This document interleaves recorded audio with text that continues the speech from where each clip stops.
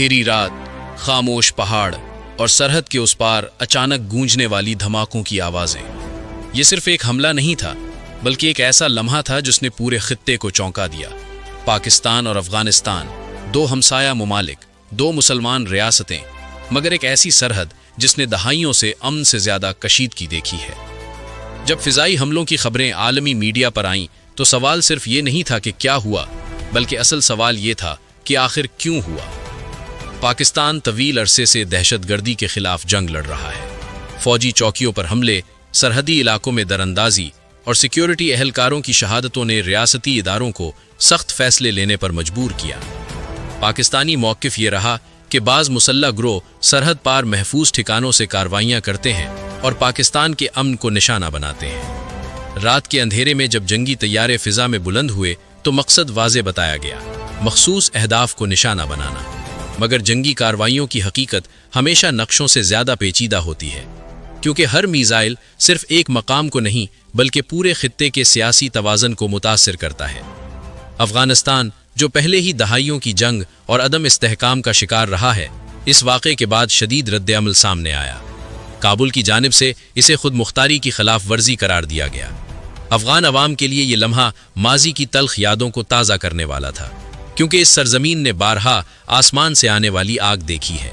सरहद के दोनों तरफ रहने वाले आम लोग न जियोपॉलिटिक्स समझते हैं और न सफारती इस्तिलाहात। उन्हें सिर्फ इतना मालूम होता है कि जब आसमान पर जंगी जहाज नमूदार होते हैं तो खौफ घरों के अंदर उतर आता है।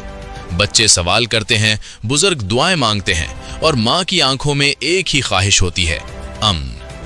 माहिरीन के मुताबिक पाकिस्तान और अफगानिस्तान का मसला सिर्फ सरहद का नहीं बल्कि एतमाद का बहरान है। पाकिस्तान सिक्योरिटी की जमानत चाहता है, जबकि अफगानिस्तान अपनी खुद मुख्तारी और वकार पर समझौता नहीं करना चाहता।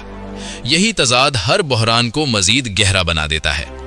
आलमी ताकतें भी सूरत हाल पर गहरी नजर रखती हैं, क्योंकि अफगानिस्तान सिर्फ एक मुल्क नहीं बल्कि एशिया के जोग्राफियाई तवाजुन का मरकज है। यहाँ होने वाली हर कशीदगी पूरे खित्ते की सियासत, तिजारत और सलामती को मुतासिर कर सकती है। लेकिन तारीख एक हकीकत बार बार साबित करती है, जंगें मसाइल को खत्म नहीं करती, सिर्फ वक्ती खामोशी पैदा करती हैं। असल अमन मुज़ाकिरात, ताउन और मुश्तरका हिकमत अमली से ही मुमकिन होता है। पाकिस्तान और अफगानिस्तान के अवाम मजहब, जुबान और सकाफत के मजबूत रिश्तों में बंधे हुए हैं। सरहद एक लकीर हो सकती है, मगर दिलों के ताल्लुकात को तकसीम नहीं कर सकती। यही वजह है कि हर कशीदगी के बाद उम्मीद दोबारा जन्म लेती है कि शायद इस बार बंदूकों के बजाय बातचीत का रास्ता इख्तियार किया जाए। आज सवाल सिर्फ फजाई हमलों का नहीं बल्कि मुस्तकबिल का है। क्या ये वाकया एक बड़ी कशीदगी का आगाज है, या फिर ये दोनों ममालिक को अमन की नई कोशिश की तरफ ले जाएगा? क्योंकि आखिरकार ताकत से सरहदें महफूज की जा सकती हैं, मगर खित्ते का मुस्तकबिल सिर्फ अमन से महफूज होता है।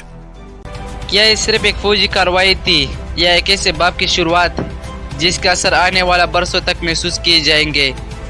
पाकिस्तान और अफगानिस्तान, दो ममालिक, एक तारीख, एक मजहब और एक ऐसा मुस्तकबिल जो अमन या कशीदगी दोनों रास्तों में से किसी एक का इंतजार कर रहा है। जंग सरहदें बदल सकती है, मगर दिलों में अमन सिर्फ मुज़ाकिरात, इत्तेमाद और इंसानियत से आता है। शायद असल फतह किसी एक मुल्क की नहीं बल्कि उस दिन की होगी जब सरहद के दोनों तरफ बच्चे धमाकों की आवाज़ नहीं बल्कि अमन की सुबह देखेंगे।